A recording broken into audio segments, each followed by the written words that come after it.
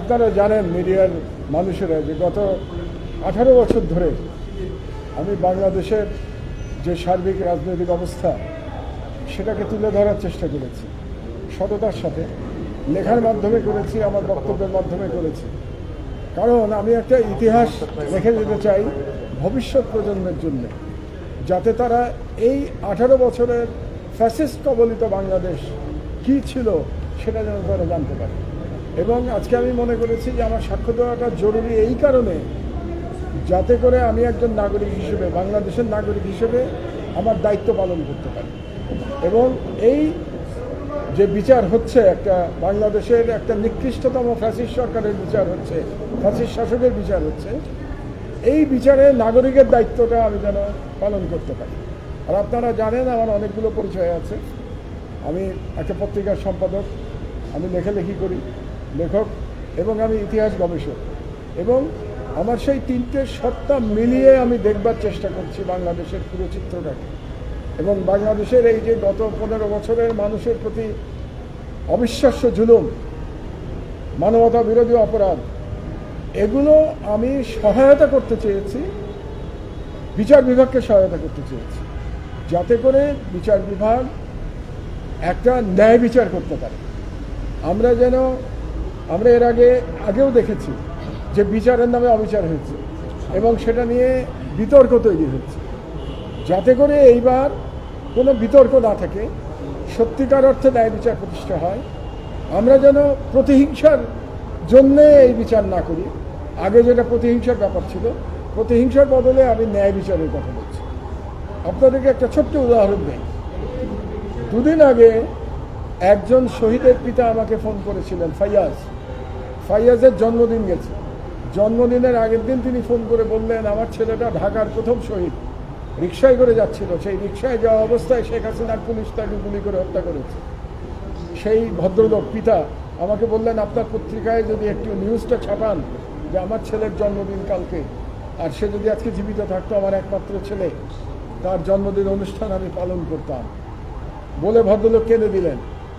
আমি পত্রিকায় খুব বড় করে এই সংবাদটা ছাপিয়েছি। আমি মনে করি ফাইয়াজের মতো শহীদদের যারা পরিবার, তার পিতা, তার মাতা, তাদের শোকের জন্যে বিচারটা হওয়া দরকার। তারা যে দেশের জন্য জীবন দিল, তাদের সান্ত্বনার জন্য বিচারটা হওয়া দরকার। কিন্তু আবারও বলি আমি, ন্যায় বিচার হওয়া দরকার। আমরা যেন আবার ন্যায় বিচারের নামে ফাঁসি চাই স্লোগান শুরু না করি।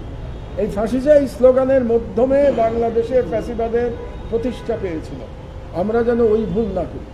আমরা যেন সকলে বলি যে আমরা ন্যায় বিচার চাই, এবং আমরা যেন বলি আর কখনো কোনো ফ্যাসিবাদ বাংলাদেশে ফিরে আসতে না পারে।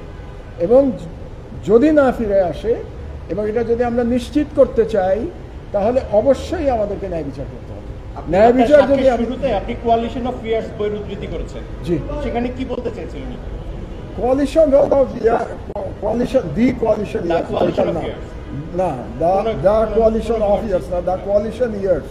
দ্য কোয়ালিশন ইয়ার্স বইটা প্রণব মুখার্জির লেখা, যিনি ভারতের রাষ্ট্রপতি ছিলেন, পররাষ্ট্রমন্ত্রী ছিলেন। তার সাথে জেনারেল মঈনের একটা মিটিং হয়েছিল 2008 সালের ফেব্রুয়ারি মাসে দিল্লিতে। সেই মিটিংয়ে নির্ধারিত হয়ে গেছিল যে ডিসেম্বরের যে নির্বাচন হবে 2008 সালে, সেই নির্বাচনে শেখ হাসিনাকে ক্ষমতায় আনা হবে, এবং শেখ হাসিনাকে ক্ষমতায় আনার বিনিময়ে জেনারেল মঈন তার চাকরি রক্ষা করবেন, তার সম্পদ রক্ষা করবেন, এবং তিনি নিরাপদে দেশ ছেড়ে চলে যেতে পারবেন, সেফ এক্সিট পাবেন। তার মানে আমি যে বলতে চেয়েছি যে ফ্যাসিবাদটা অটোমেটিক তৈরি হয় নাই, ফ্যাসিবাদটা পরিকল্পিতভাবে বাংলাদেশে তৈরি করা হয়েছিল, এবং এই পরিকল্পনার পিছনে ভারত সরকার এবং বাংলাদেশের তৎকালীন সেনাপ্রধানের সরাসরি যোগাযোগ ছিল। ফ্যাসিস্ট হয়ে ওঠার পেছনে অনেকগুলো অর্গানের কথা আপনি বলেছেন, বিচার বিভাগ, রাজনীতিবিদ, কাদেরকে বললেন, এবং এই ফ্যাসিস্ট হয়ে ওঠার পেছনে কারা ভূমিকা। স্যার, ওটার সাথে একটু সাপ্লিমেন্ট করি। সাবেক 3 প্রধান বিচারপতি, সাবেক 5 সাবেক আইজিপি, সাবেক 3 সেনা প্রধান, সবাইকে মোটামুটি মোটা থেকে আপনি বিশাল সাবেক 3 নির্বাচন কমিশনার, এত বিস্তৃত পরিসরে এতজনের বিরুদ্ধে যে অভিযোগ নিয়ে এসেছেন, এটা কি আসলে ইন্ডিয়া এটাকে ফ্যাসিলিটেট করছে? বিষয়টা আসলে কি ইন্ডিয়া কি আসামি আর সুযোগ আছে? আমি করার কেউ না। আমি একজন ইতিহাসবিদের দৃষ্টিতে, একজন সাংবাদিকের দৃষ্টিতে, লেখকের দৃষ্টিতে আমি লিখেছি, আমি ফ্যাক্ট লিখেছি। এখানে আমি তৈরি করার কেউ না তো। কারণ হচ্ছে যে সাবেক দিন প্রধান যিনি সেনাপ্রধান ছিলেন তারা তো এরকম ভুয়া একতরফা নির্বাচন মেনে নিয়েছেন, শুধু মেনে নেন নাই, তারা ফ্যাসিলিটেট করেছেন।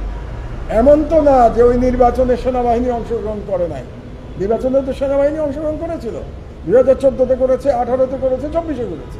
তো যদি সেনাবাহিনী অংশগ্রহণ করে থাকে নির্বাচনে তাহলে তার দায় তো তাকে নিতে হবে। আমি তাদেরকে কিন্তু আমি বলেছি তাদের নৈতিক দায় নিতে হবে। লিগাল দায় তারা নেবেন কি নেবেন না সেটা ভিন্ন আলোচনা, কিন্তু নৈতিক দায় তো অবশ্যই নিতে হবে। তারা তো বলতে পারতেন যে ঠিক আছে আপনি একতরফা নির্বাচন করবেন, আপনি একতরফা নির্বাচন করুন, কিন্তু সেনাবাহিনী এটার সাথে জড়িত থাকবে না, সেটা তো তারা কেউ বলেন নাই। এই দায় তারা এড়াবেন কি করে? তবে আপনি বাংলাদেশের অনেকের নাম বলেছেন যারা সেখানে সাথে সহযোগী ছিল, কিন্তু আমরা আশ্চর্যের সাথে লক্ষ্য করেছি আপনি কোনো সাংবাদিকের নাম বলেননি। আমরা দেখেছি গণভবনে প্রায় সংবাদ সম্মেলন হতো, সেখানে তারা ফ্যাসিস্ট হিসেবে তৈরি করতে কি ভূমিকা রেখেছে আমরা সবাই দেখেছি, কিন্তু আপনি ইচ্ছা করে এড়িয়ে গেছেন সাংবাদিকদের নাম। আমি একজন পত্রিকার সম্পাদক, আমি মনে করি একজন পত্রিকার সম্পাদক হিসেবে সরাসরি আর একটা সাংবাদিকদের সরাসরি আমার নাম উল্লেখ করাটা ভদ্র আচরণ না। আমার যে পেশা, সেই পেশার প্রতি এটা এক ধরনের কি বলবো, সেই পেশার সাথে এটা যায় না। তবে আপনারা যদি নাম জানতে আগ্রহী হন তাহলে আমার একটা বই পড়লেই আপনাদের আগ্রহ মিটে যাবে। বইটার নাম হাসিনার ফ্যাসিবাদ নির্বাসন থেকে দেখা। ওই বইতে কিন্তু আমি সাংবাদিকদের নাম বলেছি, কিন্তু আজকে আমি এই সাক্ষ্যে আমি তাদের নাম বলিনি। আর মিডিয়ার কথা যদি বলতে যাই, অধিকাংশ মিডিয়াই তো ফ্যাসিবাদের সহযোগী ভূমিকা পালন করে, এবং এটা অধিকাংশ মিডিয়া যদি করে থাকে তাহলে তারা কারা আপনারা খুব ভালো করে জানেন যে তারা কারা করেছে। এই মানবতা বিরোধী অপরাধের বিচার প্রক্রিয়া যেভাবে চলছে, আপনি খুব কাছ থেকে এটা দেখছেন, স্টাডি করছেন, আজকে নিজেই আসলেন, সব মিলে আপনি সন্তুষ্ট না ঘাটতি আছে? আমি মনে করি আরেকটু গতির সাথে করা গেলে ভালো হতো, এবং অনেকেই মানবতা বিরোধী অপরাধ যাদের নাম আমি বলেছি, বিশেষত যারা গুম খুন কিংবা অন্যান্য ফৌজদারি অপরাধের সাথে জড়িত, তারা অনেকেই পালিয়ে গেছে। এই পালিয়ে যাওয়াটা আমাদের জন্য দুঃখের, তারা পালাতে না পারলে ভালো হতো। তবে যেভাবে কাজ চলছে সেটা আমি মনে করি প্রফেশনালি চলছে, সুতরাং প্রফেশনালি আমি সন্তুষ্ট। গতির দিকে আমার হয়তো প্রশ্ন আছে, আর একটু তাড়াতাড়ি হলে, দ্রুততার সাথে হলে এটা ভালো।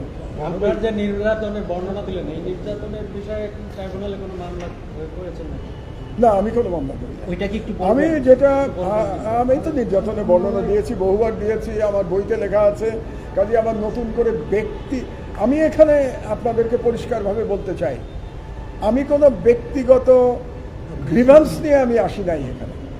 আমি কিন্তু এসছি একজন রাজনৈতিক বিশ্লেষক এবং ইতিহাসের গবেষক হিসেবে আমি এখানে এসেছি। আমি বাংলাদেশের একজন প্রবীণ নাগরিক হিসেবে এসেছি আইসিটিকে সহায়তা করবার জন্য।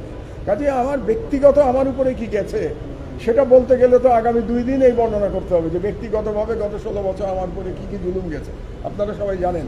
কিন্তু আমার ব্যক্তিগত প্রসঙ্গ আমি একেবারে সংক্ষিপ্ত রেখেছি আমার পুরো আজকের সাক্ষ্যে, এবং একেবারে প্রাসঙ্গিক না হলে আমি বলেই নাই বলতে। ধন্যবাদ। Thank you.